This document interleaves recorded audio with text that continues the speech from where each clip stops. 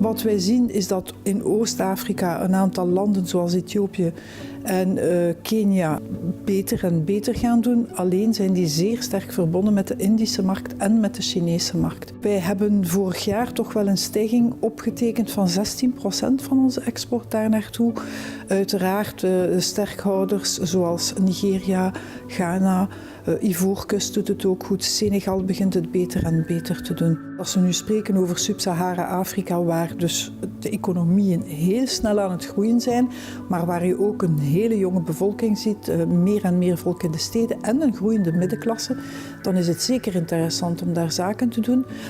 Als je weet dat bijvoorbeeld alleen al in logistiek men spreekt over een investering van 90 miljard per jaar. Als je weet dat er een aantal programma's lopen om de migratie te stoppen, om de kansen in de landen zelf te creëren, dan zijn er heel wat opportuniteiten. En als je dat doet met een internationale organisatie zoals de Wereldbank of zoals de EU, dan ben je zeker dat je ook je geld gaat krijgen.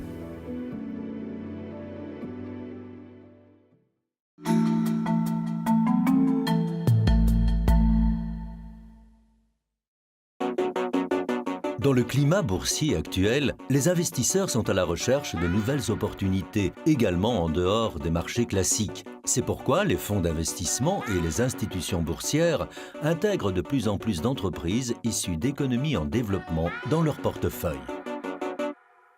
Aujourd'hui, ce sont les pays dits émergents qui reçoivent un maximum d'attention. Ce qu'on appelle les marchés frontières sont moins connus.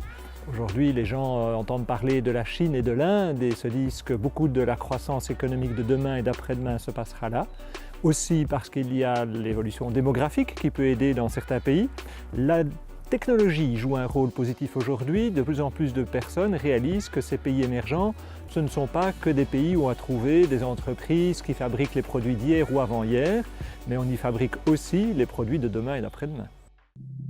En même temps, on prend de plus en plus conscience qu'un investissement doit aussi être durable. Dans une perspective à plus long terme, on constate qu'un rendement attractif et un impact social vont souvent de pair. On a des statistiques depuis 2007 et si on regarde sur la période 2007 à aujourd'hui, il apparaît que les investissements responsables surperforment légèrement les investissements classiques. On peut expliquer ça par différents facteurs. On peut penser qu'il y a des clients qui sont de meilleurs clients, des clients plus loyaux. On a des travailleurs qui sont plus productifs, notamment parce qu'ils sont plus motivés, peut-être aussi parce qu'ils sont en meilleure santé. On a enfin des éléments de coût de financement. On a aussi que l'entreprise qui veille à réduire sa consommation d'eau ou d'électricité a des factures d'eau et de l'électricité moins lourdes. Ce lien entre durabilité et rendement s'observe aussi dans les marchés frontières. Bio, qui fait partie de la coopération au développement belge, a une grande expérience en la matière. Au Cambodge, par exemple, elle était l'un des investisseurs de Prasac, une institution financière qui accorde des microcrédits aux familles et aux petites entreprises des régions rurales. Cet investissement a duré 10 ans. Au cours de ces 10 ans, l'institution est passée d'un portefeuille total de 37 millions de dollars à un portefeuille total de 1,3 milliard. Entre-temps, elle a augmenté significativement sa clientèle.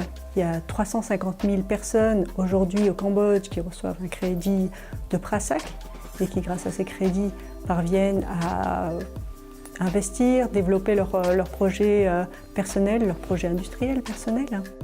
Entre-temps, la société d'investissement a vendu sa participation à des partenaires locaux. Prasac est devenu un bel exemple d'impact investing. C'est un investissement réussi sur plusieurs plans. Le plan financier, puisque Bio a été très correctement rémunéré de cette participation. Ça a été aussi une réussite en termes de nos objectifs de développement. Prasac a amené de l'inclusion financière grâce aux nouveaux produits qui ont été mis sur le marché, aussi bien au niveau des crédits que des dépôts pour toute la population.